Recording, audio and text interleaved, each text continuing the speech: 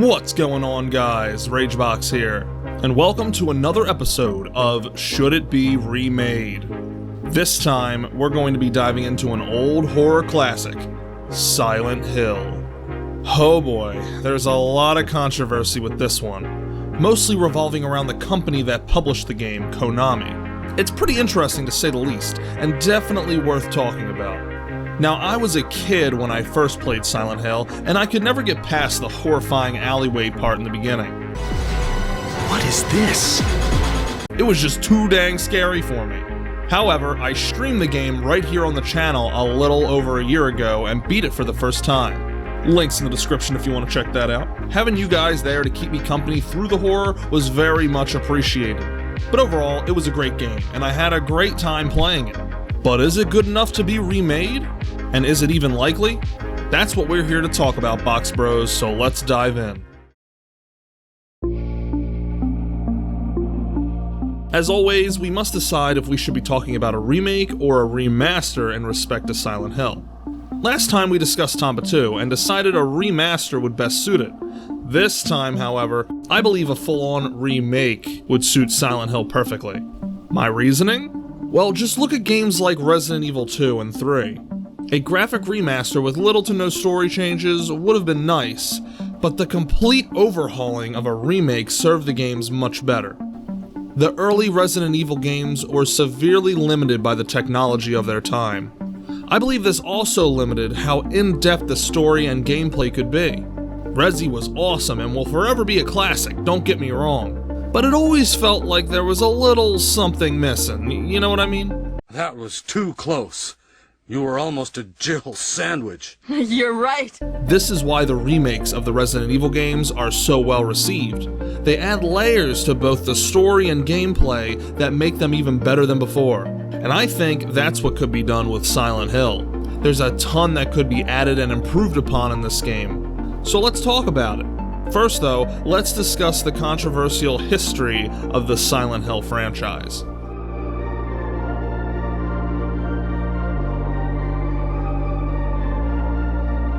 Silent Hill is a third-person survival horror game for the PlayStation 1, published by Konami and developed by Team Silent. Shh, don't be too loud around them, guys. Team Silent was a special development group in Konami that worked specifically on the Silent Hill franchise.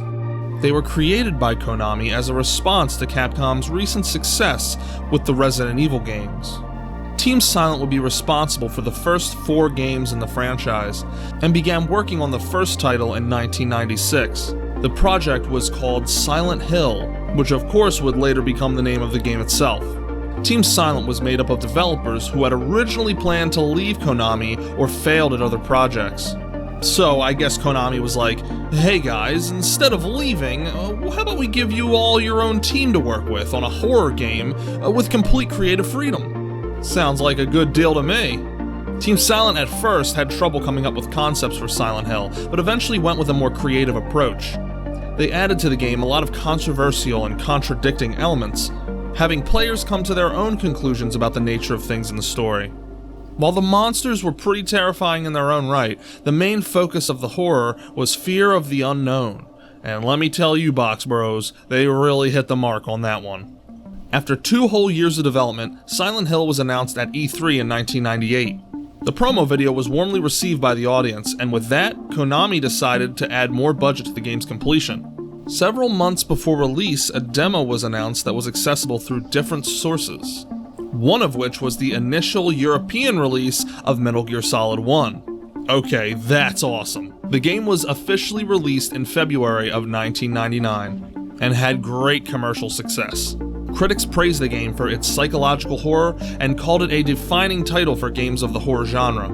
I mean, PlayStation Magazine gave it a 10 out of 10, boys. It don't get much better than that back in the day. The great success of Silent Hill would of course spawn more sequels and spin-offs.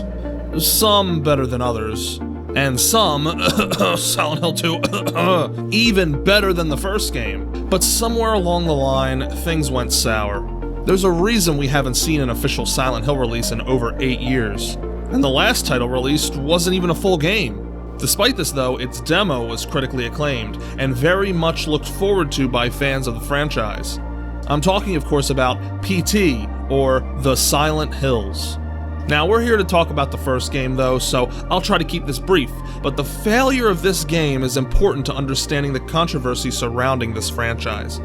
Now, I should clarify here, PT and Silent Hills were meant to be two separate games. PT isn't really a demo of Silent Hills per se, but sort of an introduction. The game is actually pretty long too, with puzzles and deep horror elements. What the fuck is that? Despite its success though, it was removed from the PlayStation Store on April 29th in 2015, following the news of Silent Hill's cancellation. So why was the new Silent Hill game cancelled? Well, let's go back for a sec to old Team Silent. Unfortunately, Konami disbanded them in 2005. This was because they wanted Western developers to work on future Silent Hill games. This is where I believe the franchise began to take a nosedive, as the games that followed just didn't recapture the horror magic of the first games that Team Silent had worked on. After looking into all this, Box Bros, it's my opinion that Team Silent was a sort of dream team, and without them, the Silent Hill franchise just wasn't the same. Despite all this, in 2012, Kojima Productions, founded by Hideo Kojima, began work on PT and Silent Hills. Kojima worked on Metal Gear Solid and worked with Team Silent in the past on previous Silent Hill titles. Kazuhei Nakazawa, hope I'm saying that right, who was the director of Silent Hill 3, was also a part of Kojima Productions at the time. So things were looking kinda good. Now, as to the nature of Silent Hills being a remake or a reboot is still unknown, and we'll probably never know. One thing's for certain though, Silent Hills would have more than likely been a fantastic, much-needed revival to the franchise, especially given PT's success. So again, what the hell happened?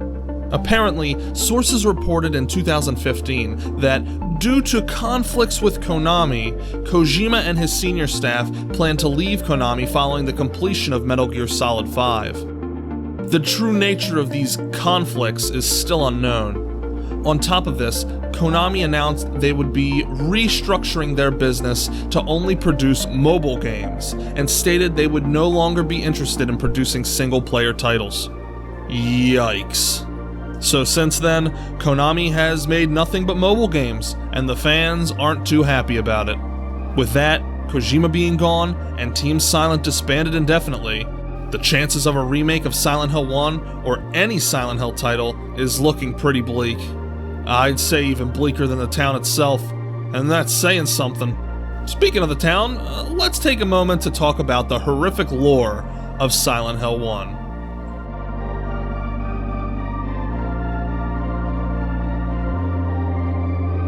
Silent Hill is a very mysterious town located in Maine, New England. Wait a sec, hold on. Isn't that where Stephen King is from? The famous suspense and horror story writer, you guys all know him. And don't most of the horrible things in his books take place in Maine? Well, I'm definitely not going to Maine anytime soon. But anyways, on the surface, Silent Hill seems like your typical peaceful New England tourist town. However, Silent Hill is anything but peaceful. Having a very checkered past and an even worse present situation, this is one town you'd never want to visit. Silent Hill's key industry was tourism, but has recently been on a steady decline. This is because of a great number of eerie and disturbing events that has recently plagued the town. Murders, kidnappings, monster and ghost sightings, even aliens! Aliens. Oh snap! There are also rumors spreading that the town is built on an ancient burial site and could be a gateway to hell itself. And surprisingly, the town seems to also have a drug problem. Go figure. Maybe our protagonist was just high on drugs the whole time. Was I dreaming? Speaking of which, let's begin to talk about our main character, Harry. Harry is pretty much your ordinary dude thrown into a horrible scenario archetype. It began for him 7 years ago before the start of the first game, when he and his wife Jody found a mysterious baby alone on the side of the road. They decided to take this child in as their own and name her Cheryl.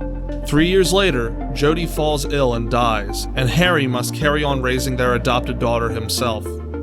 He takes his wife's death harshly, however, and falls into a deep depression. 4 years later, Harry is still in deep grief over his wife's death. Cheryl, who is now 7, convinces Harry to take a peaceful vacation to relax in the resort town of Silent Hill. Harry agrees and the two set off for the accursed town. But while Harry is driving toward the town, with Cheryl in the front seat, he sees an apparition of a teenage girl on the road. He swerves to avoid her, but ends up crashing in the town. When he awakens, he finds that Cheryl is missing, and the town is enveloped in a deep fog. And so, his dark journey begins. Now, something interesting I want to mention is, everything I just said is represented in a skippable non-verbal CG cutscene, which plays at the start menu. When you start the game up normally, it just takes you right into the action. The cutscene only plays before the menu. So if you end up skipping the cutscene, you might miss out on some context of the story. Then again, someone viewing the cutscene for the first time probably wouldn't have a clue as to what the hell they were looking at anyway. In the remake though, they could move this cutscene to play right after the start menu instead of only before it. A minor change, but I think could make some difference. The cutscene itself should remain silent and mysterious though, as it was the writer's original intention for the game's story to be contentious. This means some things are left up to player interpretation. Not letting you know outright what's going on and what exactly the story is about is a big part of what makes this game so creepy and memorable. The idea is to encourage people to dig deeper to find out about the story, which in turn draws them closer to it. So as Harry explores the town, things become more and more disturbing. Seeing the visage of his daughter in the fog, Harry follows her into a dark back alley. This is the famed scene I was talking about earlier. The deeper you go into this alley, the worse it gets. A strange foreshadowing to how the rest of the game's narrative and levels will play out. Harry comes across a mutilated corpse wrapped in barbed wire and is attacked by childlike demons. He passes out, and later awakens in a cafe where he meets Sybil Bennett, a motorcycle cop who's also stumbled upon Silent Hill. Sybil serves as the deuteragonist of the story as you encounter her quite a few times throughout the game, with even one of the possible endings being determined by her fate. Sybil gives Harry a handgun to protect himself with and promptly leaves to explore the town. Now, I think they probably should have stuck together instead of splitting up in the hellish mystery fog town, but what do I know? I've only beaten like 50 horror games. Something bizarre's going on. But I digress. Harry continues his exploration of the town and finds clues to the whereabouts of his daughter. Each clue he finds takes him to a new, terrifying location. The first of which is the school. It's here that Harry takes his first trip into Otherworld. No, not that Otherworld. And it technically wasn't his first time either. Remember that creepy alleyway Harry almost died in? Well, that was Otherworld. Now you're probably wondering, what exactly is Otherworld? And you would probably be wondering that even if you're a longtime fan of the game, since its origins are very hard to decipher and have never been fully defined. Basically, it's a hellish alternate reality which can be accessed through Silent Hill due to certain events that we'll discuss later. It's a dimension where reality and unreality intersect, a place both close and distant. The Otherworld is not reality, yet it is still real on another plane of existence that is impossible for ordinary humans to comprehend, and is difficult to describe by human language. The Otherworld may be viewed as a cancerous disease slowly infecting reality until reality becomes hell on Earth, or a dimension invading another dimension. In short, it's a pretty fucked up place. The Otherworld is essentially a darker, more disturbing reflection of the locales in town, usually maintaining the same physical build and outline. The transitions into this hellish dimension vary, but few things are usually the same, one being the ominous air raid siren that plays in the distance. What's happening again? Haunting. After fighting through hordes of evil children, Harry narrowly escapes his first trip into Otherworld. And you heard me right, most of the enemies in this school are all children. Oh my god, it's the little children! They were not a fun enemy to deal with. After his ordeal, Harry hears bells coming from the Balkan Church. There he meets Dahlia Gillespie, the main antagonist of the story. She's the leader of the Order, a crazed religious cult that is responsible for the horrible events in Silent Hill. Dahlia doesn't help Harry much and only confuses him more as to what is really going on in the town. She gives him an object called the Floros and leaves. The strange object is part of a fail-safe plot that Dahlia has worked up, but Harry is not yet aware of this. He ventures deeper into the town to search more for his daughter. Throughout his explorations, he frequently runs into a young girl who we later learn is named Alessa. However, she always seems to disappear before Harry can speak with her. As it turns out, Alessa is Dahlia's daughter, and is a very, very big part of what's going on in Silent Hill. Like, very big. Like the whole freaking reason why shit is going on big. But we'll talk more about her later. Harry eventually comes to the Alchemilla Hospital, where he meets the hospital director and doctor named Michael Kaufman, and also a young nurse named Lisa Garland. Another two important characters to the game's possible endings. At this point, Harry once again encounters Otherworld. The transition into Otherworld from the hospital is one of the most brilliant parts of this game in my opinion. It really took me by surprise in my playthrough. What happens is, when you first use the elevator in the hospital, there are only 4 buttons. A basement button and floors 1 through 3. However, each of the floors are dead ends essentially. After trying both ways and then trying the elevator again, there will now be a 5th key for floor number 4.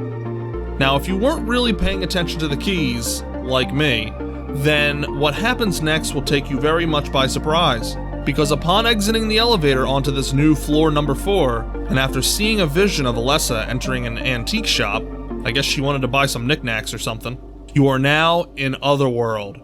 The elevator will be locked too, so no going back. This was definitely the most sudden and alarming transition into Otherworld for me. Transitions like this one into Otherworld should definitely remain this way in the remake. Now it's in this lovely place that you will first encounter the famous Silent Hill nurses. It's also at this point in the game that you can obtain a red liquid called the Alga Fotis. Damn, I really don't know how to pronounce this one, but whatever, it's a red liquid. It's used later on for big endgame plot purposes. Now after meeting Lisa Garland, who really doesn't help Harry much, starting to see a pattern with that, Dahlia once again reappears and tells Harry about the Mark of Samuel, which is a strange symbol you see through various locations in the game. She says it must not be completed lest the darkness take the whole town. Whatever the hell that means. Harry then goes to the antique shop that he saw in his vision and meets up with Sybil there. Their reunion doesn't last long, however, as they get split up again just as fast. Sybil did manage to be helpful in their short time together, as she mentions to Harry that she spotted a young girl on the lake. Geez, Sybil seems to be the only one actually trying to help Harry in this hellish place. Now don't get excited. Oddly enough, Harry finds himself back in the hospital with Lisa. She actually helps Harry as well and gives him directions to the lake, and Harry heads off. Maybe I spoke too soon. It's at this point that Harry heads into the sewers on his way to the resort area and the lake. In my personal experience, one of the absolute scariest parts of this game, there are these horrifying frog-like monsters that jump down from the ceiling and attack you. And the children are back! It's the little children! If you manage to get to the resort area, it's here you encounter your first side mission that will determine Kaufman's fate, as well as one of the possible endings. If you help him, you'll be a step closer to the canon good ending. Not helping him, however, could get you the worst possible ending, which I may or may not have gotten myself in my playthrough, Dark stuff, man. Anyways, eventually you will get to a point in the story where you and Sybil and Dahlia meet up on a boat in order to stop Alessa's supposed plan to unleash hell on the town. Supposed being the key word here. To do this, they need to use the Floros to stop Alessa before she places the Mark of Samuel on the lighthouse and the lakeside amusement park. So they split up, with Sybil going to the park and Harry goes for the lighthouse. He arrives too late, however, and goes to find Sybil, who unfortunately has been infected with a deadly parasite. Here, there are 2 possible outcomes. You can use the the red liquid from earlier to cure her, or you can do what any sane person would do and blast the ever-living shit out of that bitch! Believe it or not, killing her is actually part of the canon ending, and it's pretty sad since I personally liked Sybil as a character. She's just on the horse, like, what's up, dog? Saving her will give you the chance to unlock the best possible ending, though, and I'll explain more about that later. Dahlia reveals to Harry that the Mark of Samuel is actually a sigil that repels against the cult's god, and Harry realizes that he has been deceived. Wow, the creepy-ass old lady has been playing us for a fool the whole time? But who could have seen this coming? I'm sensing a little sarcasm. Alright, now I think it's about time we talk about what's really going on in Silent Hill. You know all that crap that we just talked about for 15 minutes? Just throw all that shit out the window, cause this is where the real plot happens. You see, the story of Silent Hill is really about Dahlia's daughter, Alessa. She was born into the demon-worshipping cult her mother runs and was subject to their sick rituals. The cult, again named the Order, believes that God, or a god, never quite finished creating the world and returned to the heavens. Their belief is that because of this, the world is inherently corrupted and impure, and the only way to cure the world of this corruption is to bring back their god from the heavens to finish their work on Earth. Some kind of queer religion. And how do they go about doing this?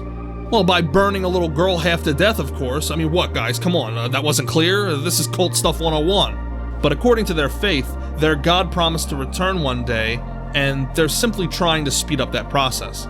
So it's important to note that their god coming back wouldn't transform the Earth into a paradise, but would instead manifest Otherworld permanently into the real world, and reality would become a hell on Earth. It's really not a good thing. One day, Dahlia comes up with a brilliant plan to use her daughter to bring about their god's return. Their ultimate goal is to use Alessa's psychic abilities to, somehow, impregnate her with God. My daughter will be the mother of God. Yeah, this shit is really fucked up, goddamn. The ritual fails, of course, and Alessa's powers end up destroying a boiler in the house they're in, which nearly burns her half to death. So the burning was actually more of an accident, but don't you think for a second that these sick fucks don't try to capitalize on her pain and suffering, because they do, and it's bad. The horror of the event was so great for Alessa that it caused her to split herself in two, both on a psychic and a physical level. This leads to Cheryl's creation, the little girl that Harry and his wife found in the field all alone. Yep, that Cheryl. This split meant that the ritual could never be finished. So as you can guess, Cheryl having the desire to visit Silent Hill was no coincidence. The cult needs Cheryl to reunite with Alessa so that their god can be born. But Alessa herself wants to prevent this from happening. The cult is keeping Alessa alive, and Alessa is in constant pain and suffering. Because of the split, her wounds cannot heal, and the cult prevents her from dying. This constant pain and suffering, combined with her insane psychic abilities and the demon god trapped within her, is what allows Otherworld to manifest in Silent Hill for a short time. Harry's trips into Silent Hill occur at times when Alessa is losing her mind and letting her darker emotions of pain and suffering come out. So basically, Otherworld is somewhat specific to the suffering of Alessa and is a physical manifestation of that suffering. All the enemies you fight in the game, and even some of the puzzles you solve, are related to Alessa in some way. Take for instance the bird-like creatures you encounter in the town. They are Alessa's now twisted depiction of a pterodactyl. This is because it was her favorite dinosaur. I mean, she's a kid, think about it. She also likes dogs. How do they... Dude, I'm fucking done. That's it, you little shit. And fuck you! Holy shit. No! The town itself turns out is warped by Alessa too, even when not in Otherworld. It's called the Fog World, and is essentially a lesser version of Otherworld, but is still inherently a physical manifestation of Alessa's suffering. So Harry's only real purpose story-wise is to act as our stand-in to view the events of Silent Hill. The story really revolves around Alessa and her fight to prevent the world from being thrown into utter darkness. In the remake, these story arcs should be left as is, and explanations should be kept to a minimum, as it is in the original. Because it really does take you quite a few playthroughs and even some research to figure this deeper stuff out. But that's what makes this game so dark and ominous. Whew, now that all that craziness is out of the way, let's go over the climax and the different endings. After our man's Harry learns that he's been bamboozled, he is teleported to nowhere, which is basically a maze-like amalgamation of the different areas of Alessa's nightmares. Here he finds Lisa again. It's a reunion! Until she begins seeping blood from every orifice and pore in her body. Good lord, man! Good lord, man! Like any sane man, Harry gets the frick out of there and locks her ass in the room. Harry then discovers Dahlia and Alessa's location and learns the truth about Cheryl being one half of Alessa's soul.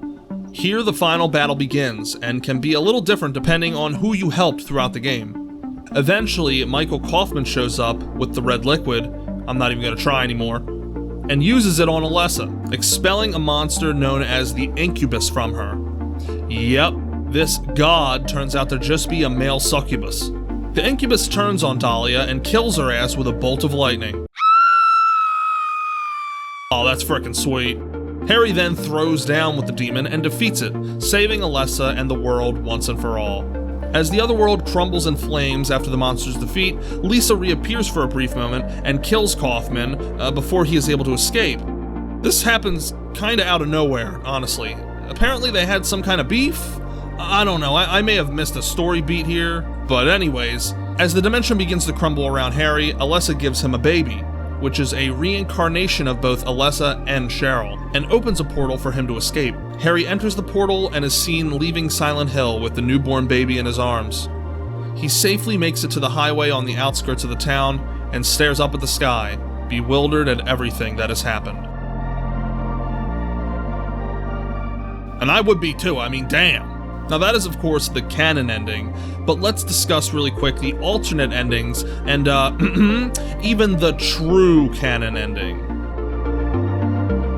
The good plus ending, which is the best possible ending, occurs if you help Kaufman and manage to save Sybil with the red liquid. In the remake, I think the side quests to help Kaufman and Sybil should be a little more extensive and involved. And they should be a little bit easier to figure out too, maybe. Not super hold your hand easy or anything, but not so completely unobvious either. Maybe it's just me, but in my playthrough I couldn't figure out these side objectives to save my life. They both revolve around the Alga Paga Poga Poga red liquid bullshit. This red liquid has the ability to dispel demonic forces and grant supernatural protection against such forces to those who use them.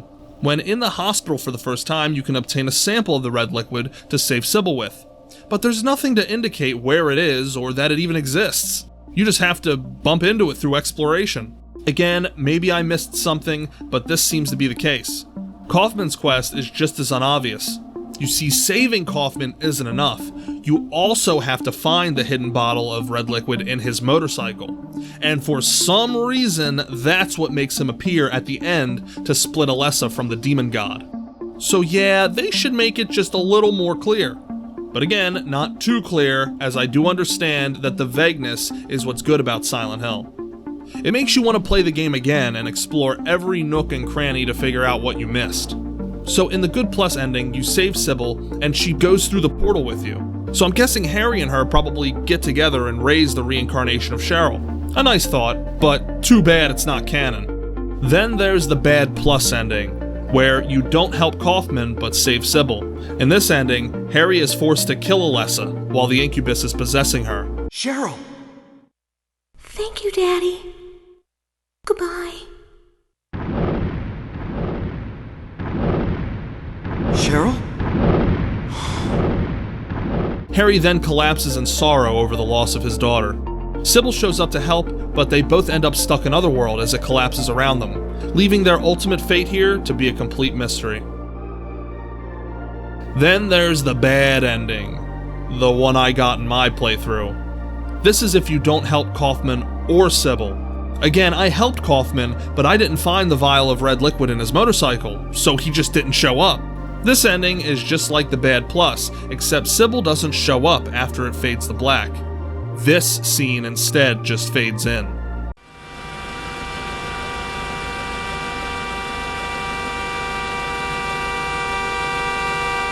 Basically suggesting that Harry has been dead this whole time. Holy shit. I mean, it's pretty badass, you know, in a dark, depressing sort of way. Now we're going to talk about the true ending. This undeniably amazing ending cannot be disputed, and is the true canon, guys. Some know of it, but there are many who don't. I am of course talking about the UFO ending. That's right, there is literally an ending where Harry gets his ass abducted by UFOs. And we're talking straight out of the 50s little green men UFOs. To get this ending, Harry has to use an object called the Channeling Stone at 5 different locations in the game. When you use the stone, you will see your abductors off in the distance. Creepy. Each time you'll see more ships too. After the 5th time, an animated picture show cutscene will begin. The aliens come down and... Oh, okay, hold on. Words cannot do this justice. I just gotta show you what happens.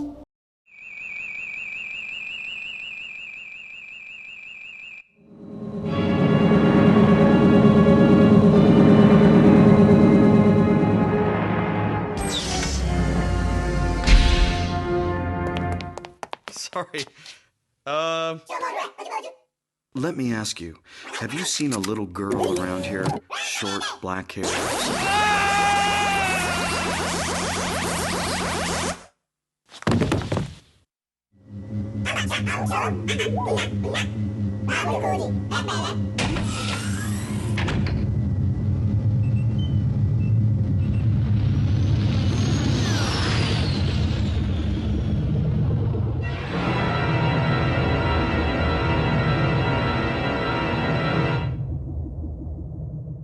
And after that, Harry's fate is left a mystery. Well, actually, in Silent Hill 2, there is also a UFO ending which reveals what happened to Harry. He's pretty much been palling around with the aliens, asking all over the galaxy if anyone has seen his daughter. He even asks James! I'm telling you, this ending is so amazing, and it, along with the others, should all be left in the remake. I would even say to add more endings if possible. Maybe even a UFO Plus ending where the Green Men help Harry get his daughter back using their advanced alien technology. I'm telling you guys, it's the true ending and no one gonna tell me otherwise. I'm sorry. But anyways, that's the story of Silent Hill. Is it perfect? No, but it's pretty goddamn close. It's dark, ominous, and very atmospheric. The game does an amazing job at sucking you into this dark and dreadful place called Silent Hill. The story is complicated and takes you a few playthroughs to truly understand, but that's the beauty of it. The game makes you want to know more, and this in turn draws you closer to the story. What started off as Konami's answer to Capcom's success quickly became one of the greatest horror games in its own right. Silent Hill is a unique psychedelic horror that I believe deserves a remake.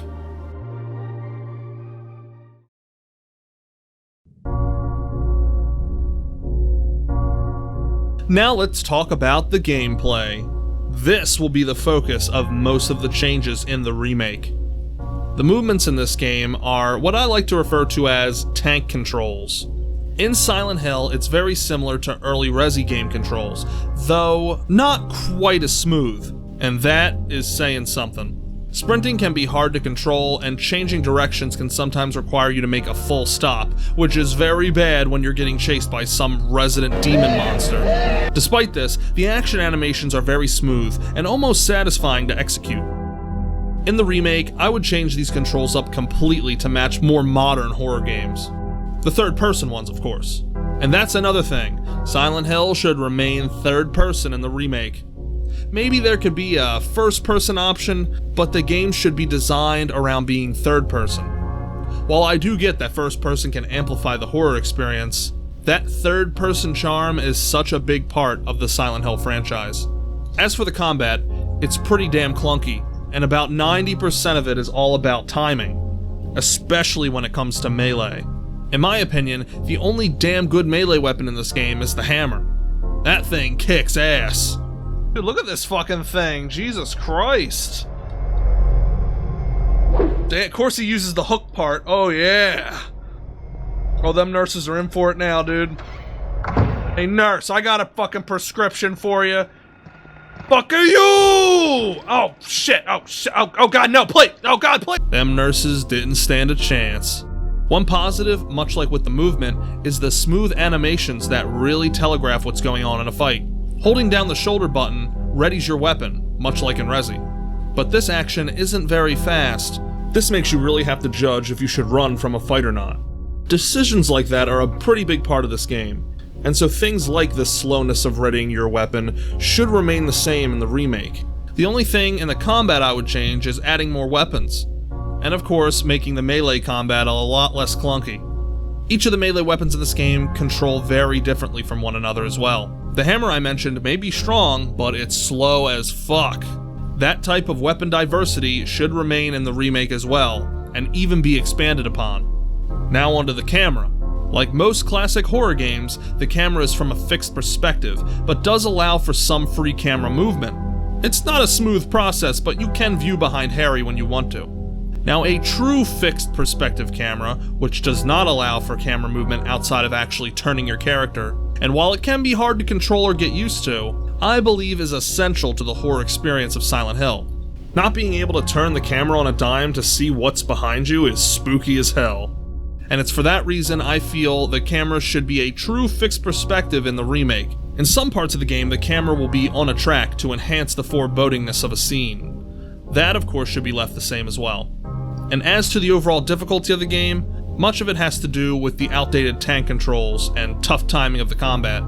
Touching up these things in the remake would make the game easier, but could be made harder via more modern methods of making ammo more scarce and having enemies do more damage and take more hits to kill. Each of these factors would increase or decrease via the difficulty you choose. I think there should be 5 difficulties in the remake: easy, medium, hard, impossible, and a 5th mode that is only unlocked by beating the game on impossible. This mode, which would be called unsurvivable, would be unimaginably hard, with ammo being so rare that it would basically be a melee-only playthrough. These are just some ideas, of course. One more thing we can talk about is the addition of a shop. Much like more recent survival horrors, having a shop with ways to upgrade your weapons adds a whole new layer of fun to the game that the completionist in us just yearns for. Now, I'm not saying we should get XP or level up or anything like that, but just having a shop run by some creepy old dude in the middle of Silent Hill where you can upgrade the random weapons you find would be pretty cool. What are you buying? You can even add a currency system so you can buy ammo or upgrades. Well, I guess you would have to have a currency system for this. Either way, I like the idea and think it could be a good addition to the remake. But in the 5th and hardest mode, the shop would be disbanded though, further adding to the difficulty of the mode. Now, on a real quick note, let's talk about the puzzles in Silent Hill. They're pretty amazing and should be left as is, maybe with even more and new complex puzzles thrown in. If there's one thing Silent Hill did really well, it was their puzzles. The level designs are amazing as well. Exploring an area can be satisfying when combined with the map. It's sort of like a process of elimination. By that I mean when you discover a door is locked or an area is inaccessible, it will then be crossed off on your map. By utilizing this, you can, by process of elimination, figure out where to go. And this has always been a very satisfying element of Silent Hill for me. On top of this, the game has some of the best backtracking mechanics with Otherworld. The change of appearance and areas that were once locked now being open really keeps exploration fresh. The difficulty is also increased gradually as you explore, with more enemies appearing in new areas, and it really keeps you on your toes. Now, if it were up to me, I would keep the level designs just as they are. But that wouldn't really make it much of a remake now, would it? So more than likely, they would be changing up quite a few things with the level designs, which is completely cool. But that process of elimination formula that I just talked about, that should definitely remain the same in the remake. Adding in some new enemies to the game would also be a nice touch. One new enemy that I think they should include is Pyramid Head. Although it wouldn't make much sense narratively to have him in the game, since Pyramid Head was an amalgamation of James's latent suppressed bloodlust. What did he just say? James being the main character of Silent Hill 2. But I'm sure they could harmlessly retcon him in there somehow. He could periodically stalk you throughout the game, just like in Silent Hill 2. And eventually, you'd have to fight him. I think he would make for a perfect penultimate boss to fight just before you do battle with the Incubus. I just really love Pyramid Head, guys. I mean, look at the big sword, the big Pyramid Head, them pecs. I mean, come on, guys, he's got to be in the game. It would be awesome. Now to talk about the music. Well, really there's not too much to say. The soundtrack in this game is horrifically unique. Sometimes it's not even music, it's just banging and clanging sounds.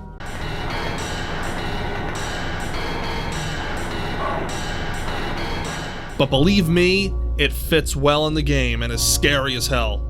Just like we discussed before with Tomba 2, the music could be remastered a bit to sound better, but should for the most part be left alone. So the graphics in this game were severely limited by the PS1, but this ended up being a good thing, as the lower render distance, which was remedied with the fog and darkness, became a staple of the Silent Hill franchise, and is why the game is so damn spooky. Team Silent used this and just about every trick in the book to get Silent Hill looking as good as possible. It's obvious to say that in the remake, these graphics would be amped up to 11, but should of course keep the render distances to a minimum with the same effects that were present in the PS1 version. The modern graphics would amplify the horror tenfold if executed properly. The trick would be replicating Silent Hill's dark and creepy color palettes. Silent Hill's design is in a league of its own in my opinion. I believe this is because the artistic vision of Silent Hill matches so well with its incredible world building. Throughout the whole game, you're made to feel like something is just off, and the graphics further this immensely. And just think of the detail they could add to the many horrific monsters of Silent Hill, as well as the random dead bodies and corpses found all throughout Otherworld. And I shouldn't have to tell you that Otherworld with modern graphics would be incredible to behold and explore. A final thing I'll mention is the HUD, or should I say, lack thereof. The only way to access your HUD and stats in Silent Hill is through the menu, and that is something that should remain the same in the remake.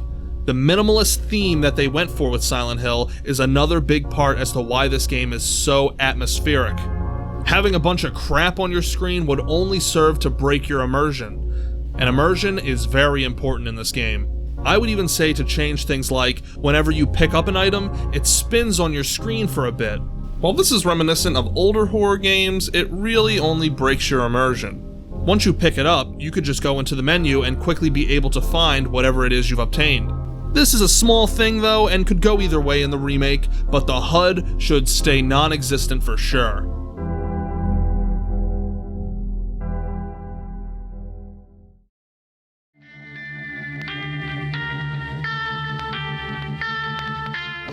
Well, I think I can safely say that Silent Hill is one of the greatest horror games ever made. What started off as a team of misfit developers trying to counter Resident Evil's success ended up being something much more than was originally planned. Instead of your basic run-of-the-mill action horror title, we got something really special. And I think Silent Hill set the standard for psychological horror for the years to come. But does it deserve a revival in the form of a remake? Should it be remade? Yes. As I've said before, Silent Hill is 100% worthy of a remake. But could it be remade? Honestly, Box Bros, I'm really not sure. It kinda seems like a 50-50 chance. Part of it looks bleak because of the current state of Konami. But there have been whispers and rumors lately of a remake stirring. And whether it's by Konami or another company that can get a hold of the rights, maybe, one day, we will once again get to walk down the foggy streets of Silent Hill.